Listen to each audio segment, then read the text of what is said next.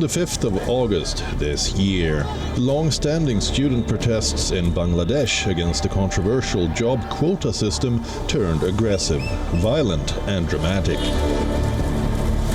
Nearly 300 people were killed. And the then Prime Minister Sheikh Hasina had no choice but to resign and flee the country.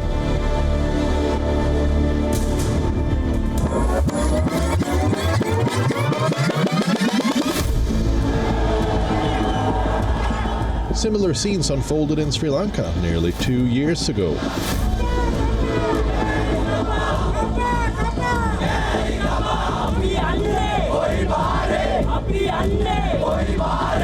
In July 2022, students protested against the ruling government. They criticized its poor economic management and demanded the resignation of President Gotabaya Rajapaksa. Following the unrest, all 26 members of the second Gotabaya Rajapaksa cabinet resigned.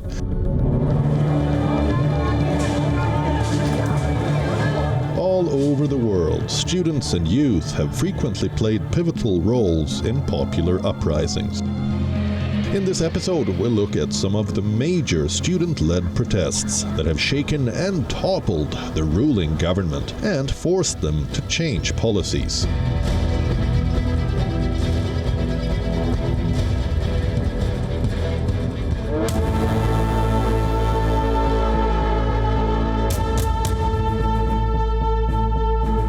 Since June this year, Bangladesh witnessed student protests and violence.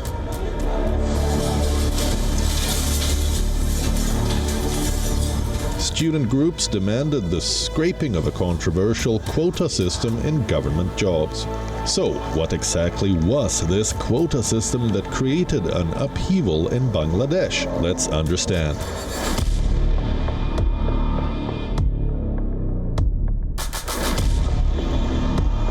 Students from government and private universities across Bangladesh demanded reform in the controversial job quota system, under which more than half of much sought-after government jobs are reserved. Where students like us are not getting the opportunity for jobs, certainly there will be unemployment. How many parents have the money required to start a business? My father doesn't have that money. Then we're left with no choice but jobs. And there they are imposing a 56% quota, which will certainly have an effect on unemployment. The liberation heroes have our respect, and we give them that respect. When someone says that he is a freedom fighter, we also feel proud. But I don't see any logic in allotting the quota, which is meant for the freedom fighters, to their grandchildren. On the 5th of June, the High Court ordered reinstatement in the 30% quota for children of freedom fighters that was removed in 2018. This is where the initial protests were triggered.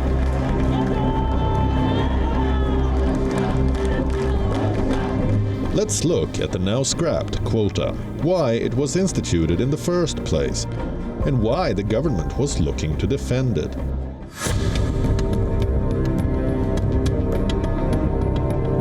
After the Bangladesh Liberation War of 1971, the nation was remodeled. One of the chief promises made by Sheikh Mujibur Rahman was that the new nation would do justice to those who sacrificed and suffered for the cause of freedom, facing off against the Pakistani military.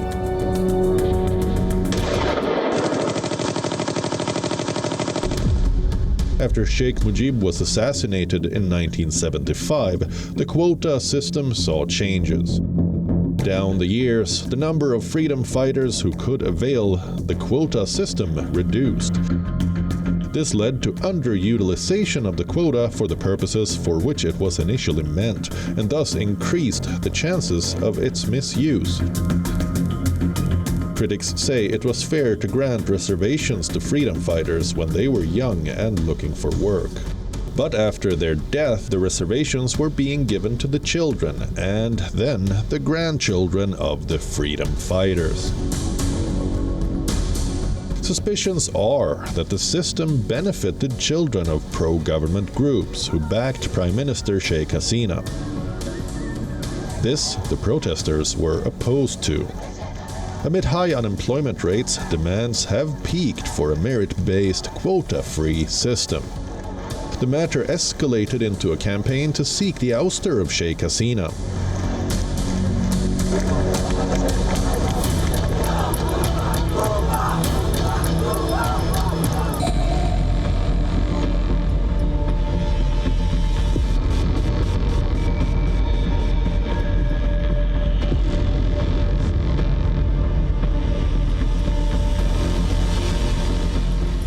Then, on the 5th of August, high drama unfolded in Dhaka, where the then Prime Minister Sheikh Hasina's palatial official residence, Gana Baban,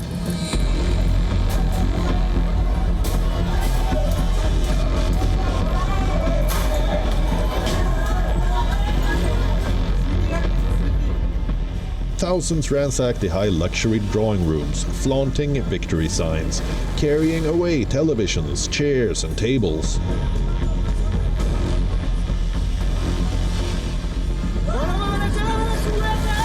And that's not all. Protesters were seen lying on Hasina's bed and even feasting on food in her kitchen.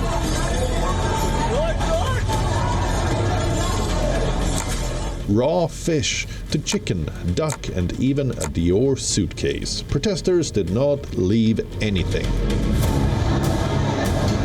Some even climbed atop a statue of Sheikh Mujibur Rahman, Hasina's father. These high-voltage scenes came moments after Sheikh Hasina stepped down and fled to India. It's been over 2 weeks since Bangladesh overthrew their autocratic prime minister in a movement largely led by college students and the youth. It was also the students who pushed for the fast formation of an interim government helmed by Bangladesh's Nobel Peace Laureate Muhammad Yunus.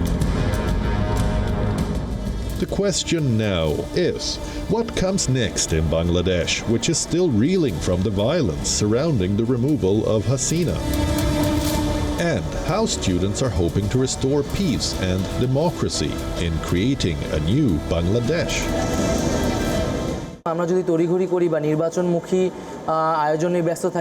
The spirit of this movement will be lost if this government focuses only on fixing the next election. The spirit of the movement was to create a new Bangladesh, one where no fascist or autocrat can return.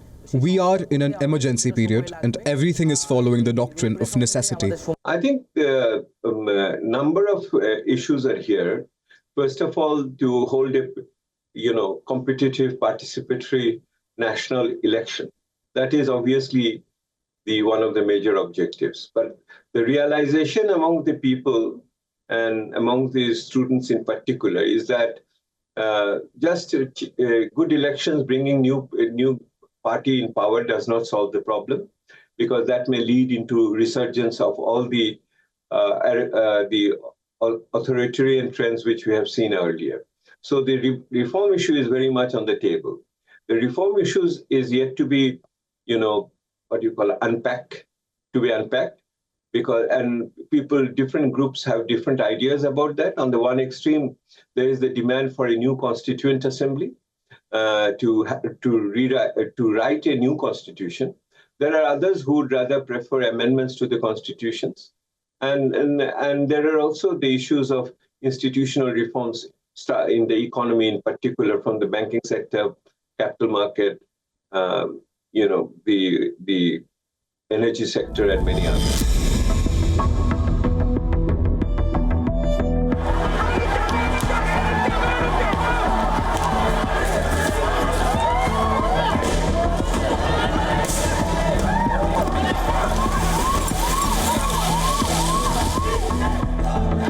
Much like in Bangladesh, widespread student protests called Gota Go Gama in Sri Lanka in the year 2022 brought down the ruling government. Students criticized the government for its poor economic management, leading to a shortage of fuel, cooking gas, and other essentials.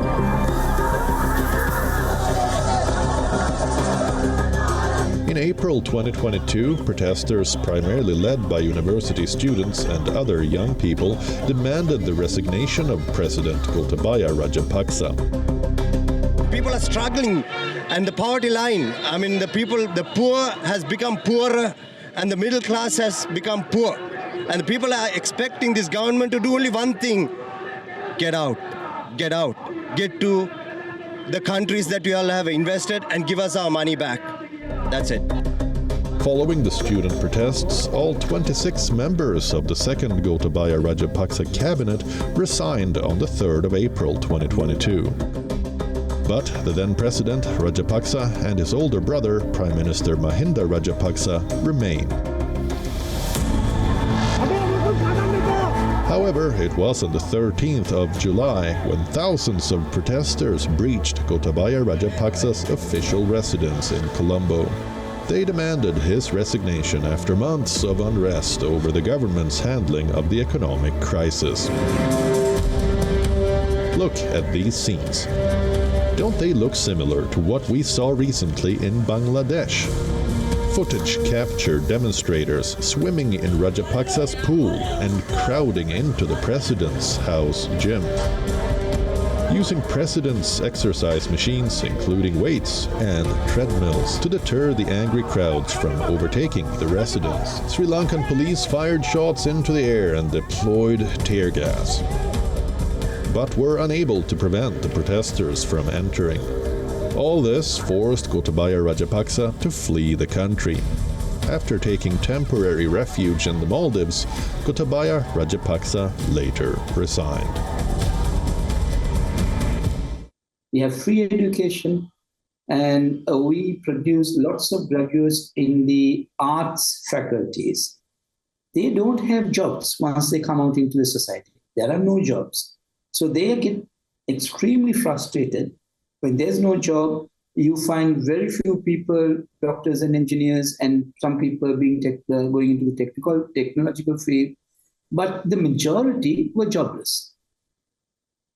So that is how the student uprising at that point started. We had COVID, we had the world recession, a double whammy from those two, and economically we were suffering. And who suffers most at that time is the people without jobs, young people who do not see what is going to happen in their future. So that is the root cause of what happened in 2022.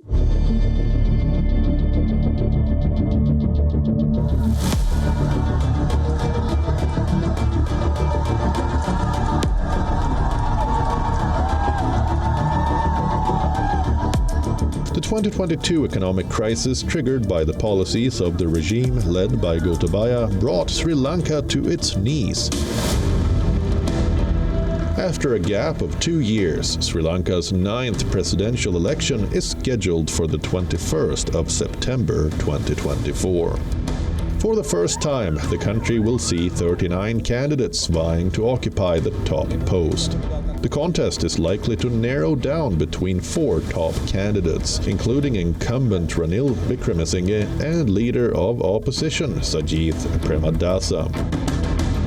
The upcoming elections are extremely crucial for the island nation. After the economic crisis in 2022 that saw the once powerful Gotabaya Rajapaksa booted out of power by popular student-led uprisings, it now remains to be seen if the student movement will play a role in forming a new government in Sri Lanka.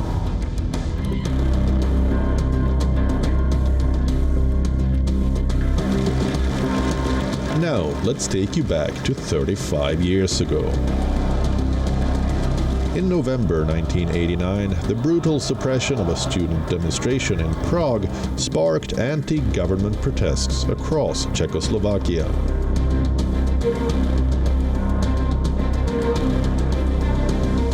The students were joined by scores of others, and some 500,000 took to the streets of Prague.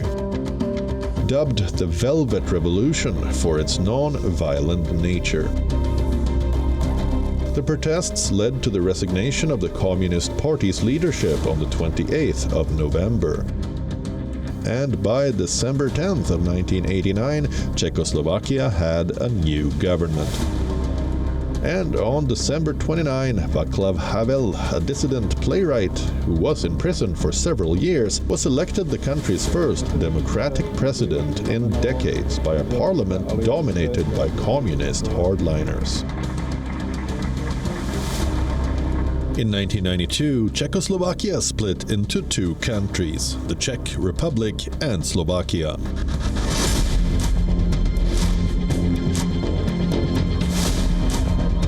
In the decades-long struggle against white minority rule in South Africa, a pivotal moment came in 1976 in the Soweto township of Johannesburg. In South Africa, the apartheid system fueled violence and discrimination against black South Africans from 1948 to 1991. In a series of demonstrations starting June 16th in 1976, black students from multiple schools took to the streets to protest against being forced to study in Afrikaans, the Dutch-based language of the white rulers who designed the system of racial oppression known as apartheid. Afrikaans was being used for half the subjects taught in non-white schools. Thus, unequal education became a major part of apartheid. The protests spread to other areas in South Africa, becoming a flashpoint for anger at a system that denied adequate education, the right to vote, and other basic rights to the country's black majority. Armed police attacked the march, killing hundreds of people and injuring thousands.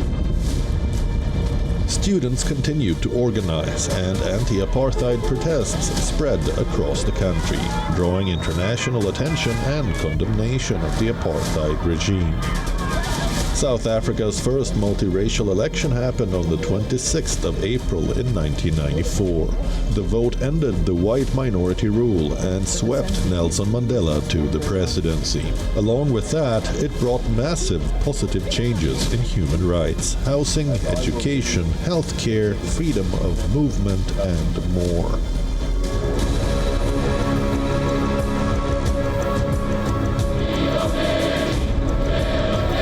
In Greece, in November 1973, students at Athens Polytechnic University rose up against a military junta that ruled Greece for more than 6 years.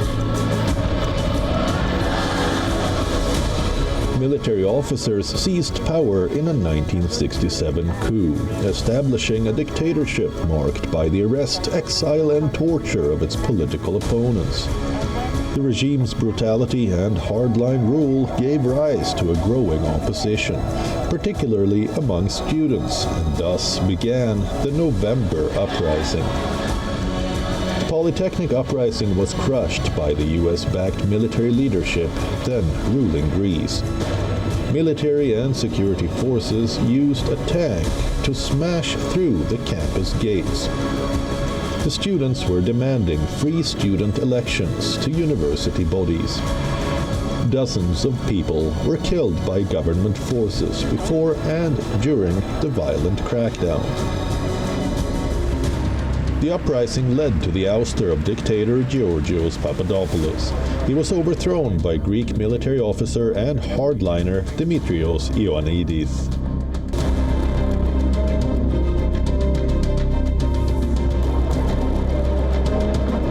54 years ago, American students protested the U.S. involvement in Vietnam. When U.S. President Richard Nixon authorized attacks on Cambodia in April 1970. On 4th of May, hundreds of students at Ohio's Kent State University gathered to protest the bombing of Cambodia. And authorities called in the Ohio National Guard to disperse the crowd. After failing to break up the protest with tear gas, the National Guard advanced and some opened fire on the crowd, killing 4 students and wounding 9 others. It is a tragedy that still resonates today. Also referred to as the May 4 massacre, the confrontation was a defining moment for a nation sharply divided over the prolonged conflict, in which more than 58,000 American soldiers died. It sparked a strike of 4 million students across the US, temporarily closing some 900 colleges and universities. The events also played a pivotal role in turning public opinion against the conflict in Southeast Asia. Throughout history, student protest movements have left a profound impact. From the anti-apartheid protests of the 1970s to the recent Bangladesh protests in August 2024, students have always led transformative movements. It is very much necessary because at the end of the day, they are going to run the country. These are the future leaders. And more importantly, since the traditional politics has almost bankrupted itself, has shown its limits. So the infusion of new thoughts, new ideas, new generation, and new political parties have become very, very pertinent. Who has the passion? Who has the drive? It's the youth. And who has the new knowledge? It's the youth again. So they are learning new things. So therefore, that is why their voices have to be heard. An opportunity has to be given to the youth to take control. It's time for the old men and the old women to leave. Student-led protests have served as powerful catalysts for overthrowing governments, enacting reforms, and redefining nations.